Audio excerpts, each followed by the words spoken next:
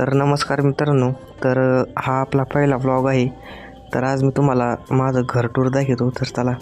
तर मित्रांनो, हे पहा, इथं खोली आहे माझी अशी, आणि इथं चालू आहे तारक मेहता. आणि इथं आता नवरात्र चालू आहे आणि इथं देवावर आहे. इथं पूजा मांडली तुम्ही पाहू शकता. आणि इथं चालू आहे नवरात्राच्या उपासाची तयारी पाहू शकता तुम्ही. तर हे आता बाहेर आलो आहे मी, आणि बाहेर पाहू शकता तुम्ही असा वातावरण. इथं मा भाऊ आहे हातपाय धुत. तर आता ही मांजर इथं काहीतरी शिकार शोधू राहिले बरं का तुम्ही. पहा आता